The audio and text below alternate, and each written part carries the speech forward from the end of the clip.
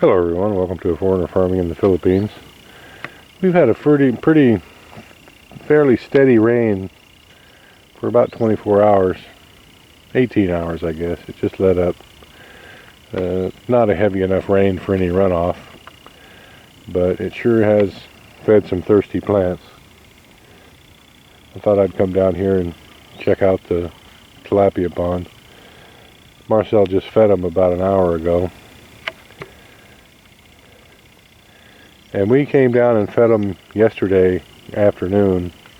We didn't video it, but this whole pond is just full of tilapia because I threw some way out in there, and they're just everywhere. So we're going to start feeding them a bit more. I had ordered an aerator from Lazada, and the supplier, or the vendor, supplier, whatever, canceled it. So I'm going to have to reorder that. I'm definitely going to need an aerator in this pond. All the little solar powered ones are basically just there for fish tanks. They're not nearly big enough for a pond like this, but they do have large ones that they're just like mini air compressors. I mean, they really put out some air. You can see them feeding in there. There's a lot of them in there. This whole pond was just full of ripples. So I don't know how many are left of the 3,500 we put in here, but a lot. There's a lot of tilapia in there. So we're going to be feeding about a kilo of feed every day for the next 10 days or so. We bought a full sack. They're all big enough now. They're all big enough now to eat the floating pellets. I guess we lucked out enough to where there was enough algae in the water when they were small. We didn't get fry mash for them, which is the small feed, but I guess there was enough algae in it to keep them alive and let them grow a bit until they got big enough to feed on the floating pellets, and they're all big enough now. They're all finger sized, little finger sized, like goldfish, about the size of goldfish you'd put in your goldfish tank. Some of them are quite a bit larger. I mean, there's some that have really found the food, and they're probably as big as your index finger.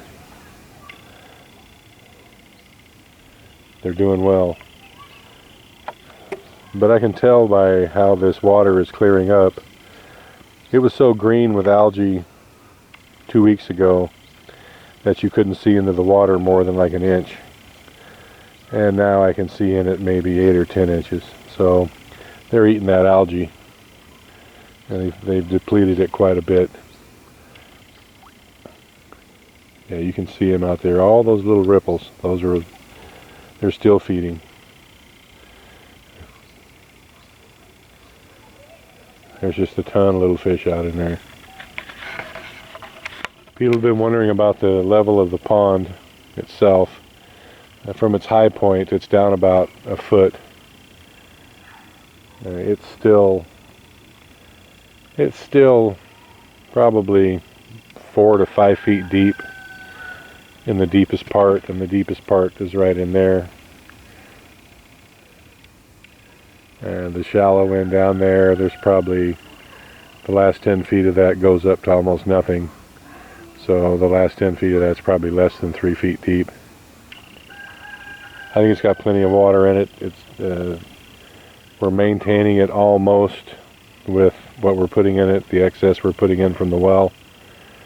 Probably about 1,000 gallons a day. We're leaving the pump plugged into electricity at night, the household current, and so it comes on probably 8 or 10 times every night and pumps until the water level goes down in the well and it shuts off.